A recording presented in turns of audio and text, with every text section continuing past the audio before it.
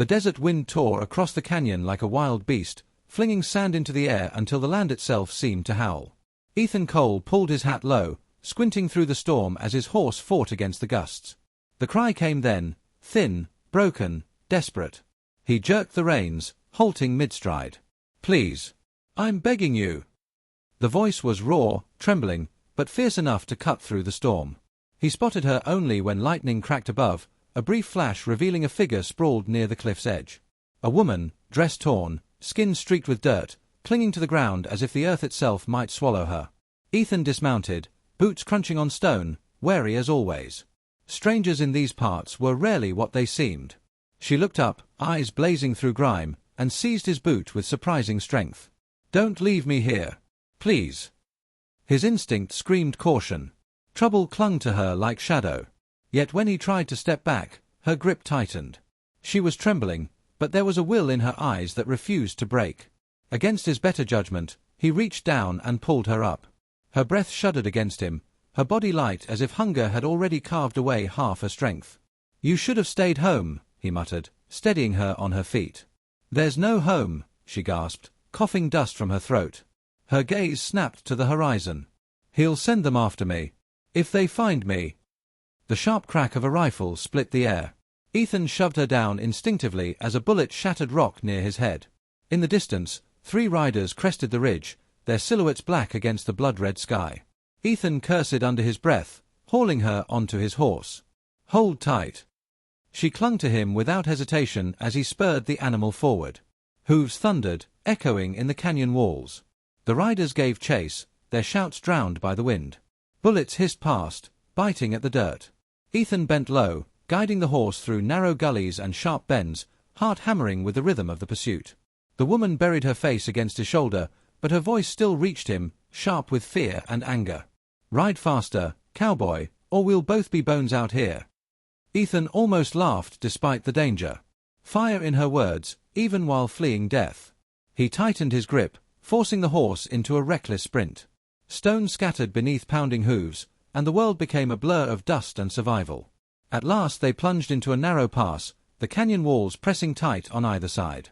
Echoes of pursuit rang behind them, but the riders slowed, wary of the choke point. By the time Ethan guided his horse through the twisting rocks, night was already closing in.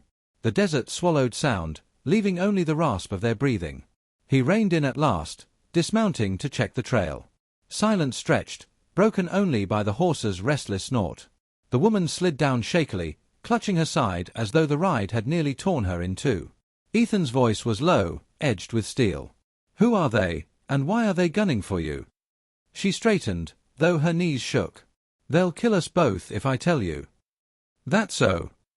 He met her gaze, unwilling to be played. "I don't like riding blind into someone else's war." Her chin lifted, stubborn as barbed wire. "Then leave me. But if you do, I'll be dead by dawn." Her defiance struck him harder than her plea. She was no fragile flower. Whatever past she carried, it was soaked in fire. Ethan looked away, scanning the shadows, but something in her voice stayed him. He remembered another night long ago, another plea he'd ignored. The memory left a scar deeper than any bullet. He exhaled sharply, set his jaw, and began gathering wood. "We camp here. At first light, I decide whether you're worth the trouble." She sank near the kindling, eyes glinting in the flicker of flame once he lit it. For a long while, neither spoke. Sparks climbed into the black sky, carried by the restless wind. When at last she spoke, her words were soft but weighted. "My name is Clara Dawson." She didn't look at him, only at the fire. "I was born into wealth, but wealth makes slaves as much as chains. He thought owning cattle gave him the right to own me. I ran before he killed me. Now his men hunt me like a stray calf." Her hands twisted in her lap, but her voice did not falter. Ethan studied her through the firelight, the bruises on her wrist, the hollow beneath her cheekbones, the strength in her stare that refused to bend. She wasn't asking for pity. She was daring him to believe her. He threw another branch into the flames. "Men like that don't quit easy." "I know." Her voice cracked, softer now. "But I'd rather die out here than crawl back." The honesty in her tone tugged at something he thought long buried. He shifted uncomfortably, as though the fire burned too close. "Sleep while you can. Tomorrow won't be easier." She curled near the warmth, eyes heavy but watchful, like a hunted animal refusing to close both lids.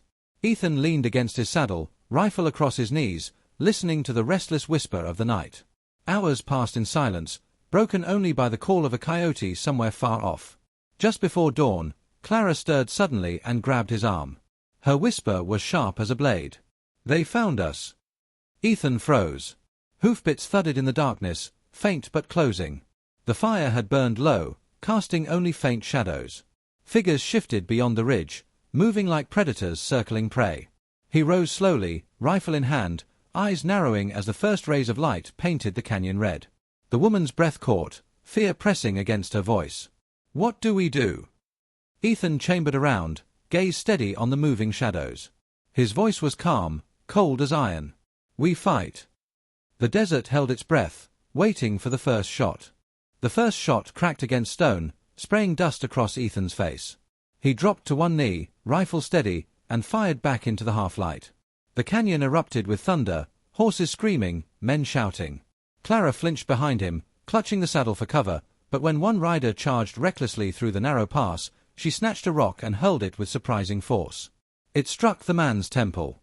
He reeled, slipped from the saddle, and hit the ground with a heavy thud. Ethan spared her the briefest glance, startled by her boldness, before firing again. One pursuer tumbled backward, rifle slipping from his hands. The last rider wheeled away, retreating into shadow. Silence fell, broken only by the echo of gunfire fading into the hills.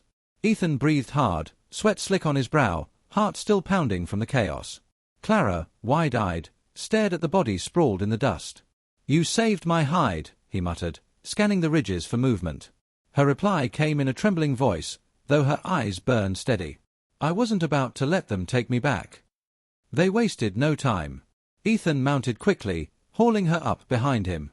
They rode hard, leaving the canyon behind, the sun climbing fast over the desert. Heat pressed down like a hammer. Each breath scraped their throats raw. The horse staggered under the weight of two, but Ethan pushed forward, guiding it toward a line of distant mesas. Clara clung tight, her fingers digging into his coat as though letting go meant death. By midday, exhaustion gnawed at them both. They paused at a shallow creek, little more than a trickle of muddy water. Ethan crouched, cupping the stream to his lips, then offered the rest to Clara. She drank greedily, water running down her chin, then wiped her mouth with the back of her hand. "You're bleeding," she said, noticing the crimson stain seeping through his sleeve. "Just a scratch." He flexed his arm, ignoring the sting. "I've had worse." Her gaze lingered, doubtful but silent. She sat on a rock, shoulders slumped, every line of her body marked by fatigue. After a long moment, she spoke, voice low. "You deserve to know. The man chasing me, my husband, he's a cattle baron. Owns half the valley, half the men in it too. To him, I'm just property he paid for. He doesn't lose what he owns." Ethan's jaw tightened.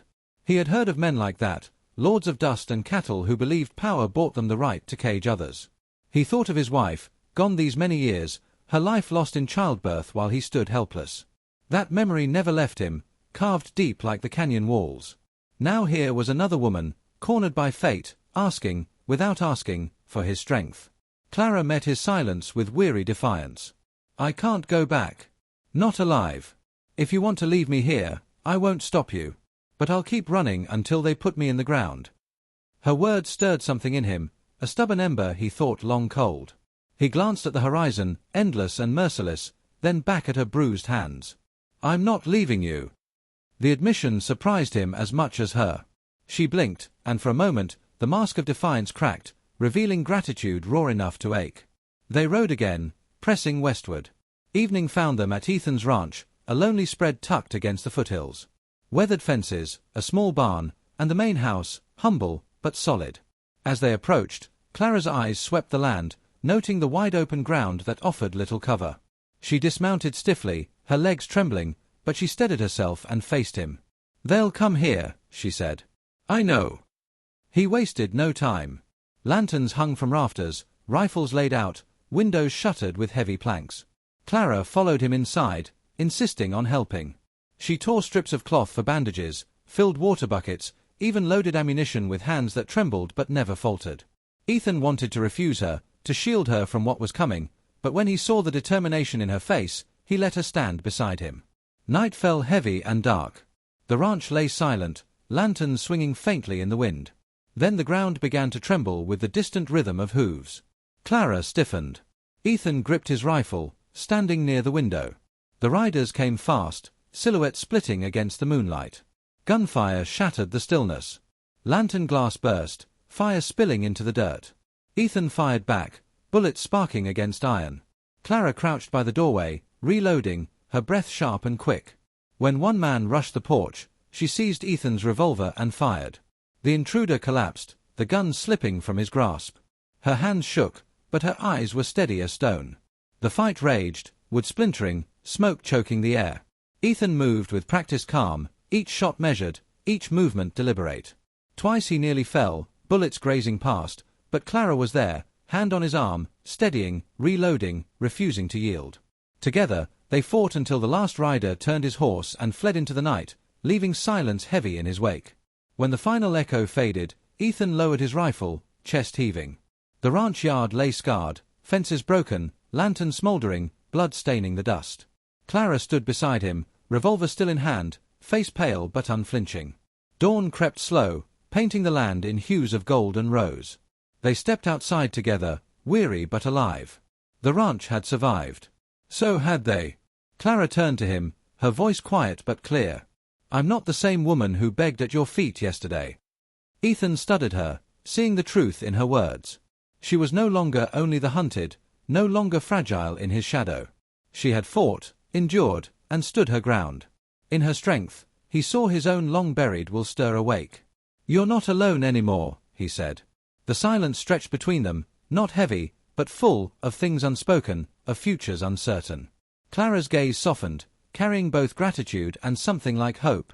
The sun climbed higher, and for the first time in years, Ethan felt the weight on his chest ease. The West remained harsh, unforgiving, but within its cruelty, two broken souls had found the spark of something new. And though the horizon still promised danger, they faced it together.